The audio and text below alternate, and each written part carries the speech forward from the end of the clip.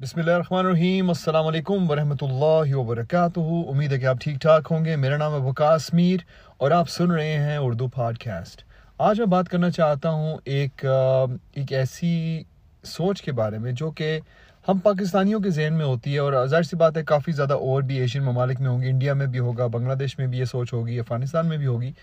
हमारे जहन में ये चीज़ डाल दी जाती है कि जो घर का बड़ा है ना, उससे डरा के रखना है बच्चों को, यानी कि वालिद से बच्चों को डरा के रखना है। काफ़ी ज़्यादा आपने सुना होगा मुख्तलिफ घरों में माएँ जो कहती हैं कि मैं पापा को बताऊंगी अगर आपने ये हरकत की तो आ लेने दो पापा को। तो मैं ये सोच रहा था कि ये कितनी वैसे हमारे कल्चर में ये चीज़ आम हो चुकी है कि इस चीज़ को सही तरह से सोच के नहीं बोला जाता, क्योंकि अगर आपने अपने बच्चों के पापा के खिलाफ अपने बच्चों को करना है तो उनको इस तरह की सिचुएशन में ऐसे डाल दें कि जैसे कि वो सहमे सहमे डरे डरे रहें। हमेशा जब भी वालिद साहब आए तो वालिद साहब जो है ना वो जल्लाद हैं घर के, है ना, ये बताया जा रहा है ना चाहते हुए भी। अगर आप इस चीज़ को यही कह दें कि रिस्पेक्ट करने के लिए कहा जा रहा है कि बच्चे डरें अपने वालिद से, किसी का तो खौफ हो घर में, लेकिन मैं समझता हूँ कि इस चीज़ को शायद हमें तर्क कर देना चाहिए। मुख्तलिफ घरों में ये जो हो रहा है, आपके घर में अगर हो रहा है तो आप इसको रोक दीजिए। आज के बाद अपने बच्चों में ये खौफ ना डालिए, अपने बच्चों में उनके वालिद का खौफ ना डालिए, क्योंकि बच्चे जो हैं, लड़के खास तौर पे, उनके और उनके वालिद के बीच में ऐसा कनेक्शन होना चाहिए कि जब भी चाहे वो अपने वालिद से कोई भी बात कर सकें। अगर नहीं करेंगे तो दोस्तों से करेंगे, और आप खुद जानते हैं कि दोस्त जो हैं वो कुछ भी कह सकते हैं। और अगर बच्चा इंटरनेट पे कुछ सर्च करेगा तो उसको जाहिर सी बात है कोई ऐसी इन्फॉर्मेशन मिलेगी जो कि आप नहीं चाहते। एज अ पेरेंट, एक वालिद होने के नाते आप नहीं चाहते होंगे कि आपका बच्चा वो कुछ सीखे या उस तरह का जवाब उसको मिले। तो अपने बच्चों को उनके वालिद से डराना बंद कर दीजिए, पहली बात। दूसरी बात ये कि ये बहुत आम है हमारे कल्चर में कि बच्चों को दुनिया में हम लेके तो आ जाते हैं, और लेकिन बाद में हम ऐसे सोचते हैं कि ये हमारी प्रॉपर्टी है। हम समझते हैं कि हम इनको ओन करते हैं, ये हमसे इनका सवाल नहीं होगा जैसे।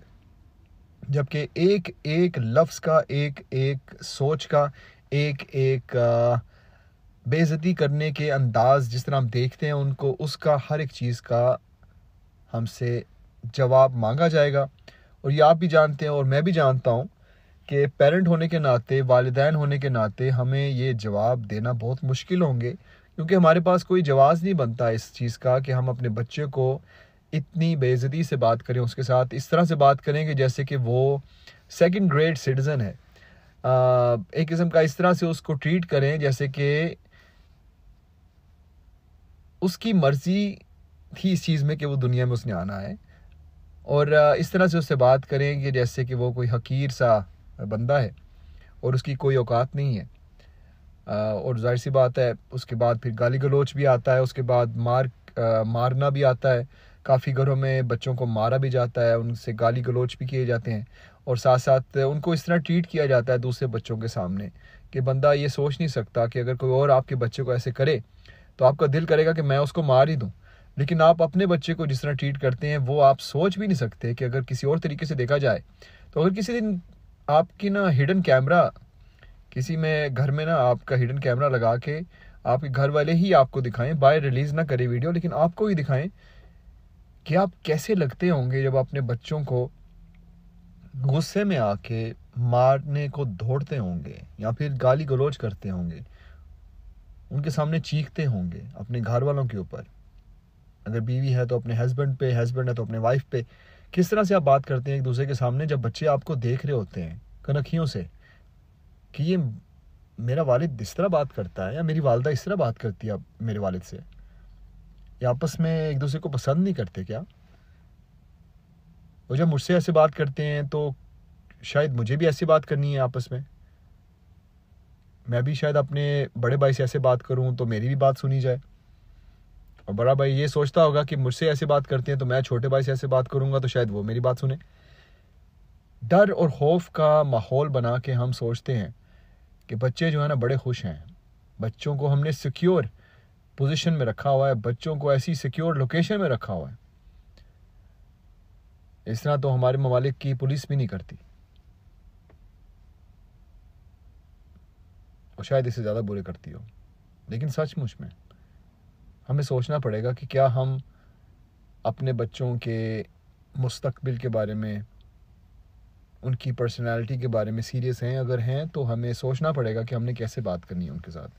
हमें सोचना पड़ेगा कि हमें उनको कैसे ट्रीट करना है, हमने उनको किस तरह से मुखातिब करना है, किस तरह से उनसे बात करनी है, किस तरह से उनके दिन के बारे में पूछना है, किस तरह से उनके होमवर्क के बारे में पूछना है, किस तरह से उनके दोस्तों के बारे में उनसे पूछना है, उनको प्राइवेसी कैसे देनी है, कितनी देनी है, कितनी नहीं देनी, कॉन्सिक्वेंसेस जो हैं कि जो कोई गलत काम करें, सज़ा किसे कहते हैं, कि सज़ा मारना है। नबी पाक सल्लल्लाहु अलैहि वसल्लम ने कहा कि चेहरे पे नहीं मारना, तो क्या हम चेहरे पे मारते हैं? चेहरे के अलावा दूसरे जिस्म के हिस्सों पे भी मारने की ज़रूरत नहीं है आपको। क्या हम नबी पाक सल्लल्लाहु अलैहि वसल्लम को इतना फॉलो करते हैं जितना हम अपने अल्फाज में, अपनी नातों में बयान करने की कोशिश करते हैं? रमज़ान में तो हमसे ज़्यादा बड़ा मुसलमान होता ही कोई नहीं है, लेकिन क्या हम कुछ सीखते हैं उस महीने में? हम सबको, मुझे इंक्लूडेड, हम सबको सचमुच में अपने अंदर देखना होगा, अपने गिरबान में झांकना होगा और ये सोचना होगा कि क्या इसी तरह चलता रहेगा, या फिर हमने अपनी ज़िंदगी को चेंज करना है और अपने बच्चों को अजीम इंसान बना के दुनिया के सामने पेश करना है। नंबर लेने के लिए नहीं, मेडल लेने के लिए नहीं, इसलिए क्योंकि ये हमारा फ़र्ज़ है और एक मुसलमान वालिद या वालिदा होने के नाते हमसे इसकी पूछ होगी। मेरे पास तो इसका कोई जवाब नहीं होगा अल्लाह के सामने, अगर मैं अभी इसी वक्त अल्लाह के पास चला जाता हूँ तो, कि मैंने अपने बच्चों के साथ कैसे बात की, कैसे ना की, घर वालों के साथ कैसे बात की, कैसे नहीं की। हम सबको अपने गिरबान में झांकना होगा, अपने आप को बेहतर करना होगा, बेहतर से बेहतरीन करना होगा, क्योंकि नबी पाक सल्लल्लाहु अलैहि वसल्लम की उम्मत होने के नाते, जो कि अजीम तरीन नबी थे,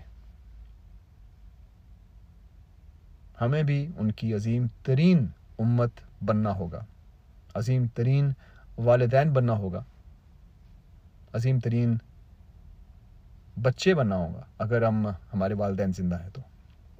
अल्लाह ताला उन सबको लंबी ज़िंदगी अता करे, हमें अकल अता करे, और इस कोशिश में हमें हिम्मत अता करे कि हम आगे चलते जाएं और बढ़ते चले जाएं और सीखते चले जाएं कि हमने कैसे बेहतर से बेहतरीन वालिदैन बनना है। अपना ख्याल रखिएगा। आप सुन रहे थे उर्दू पॉडकास्ट और मेरा नाम है वकास मीर।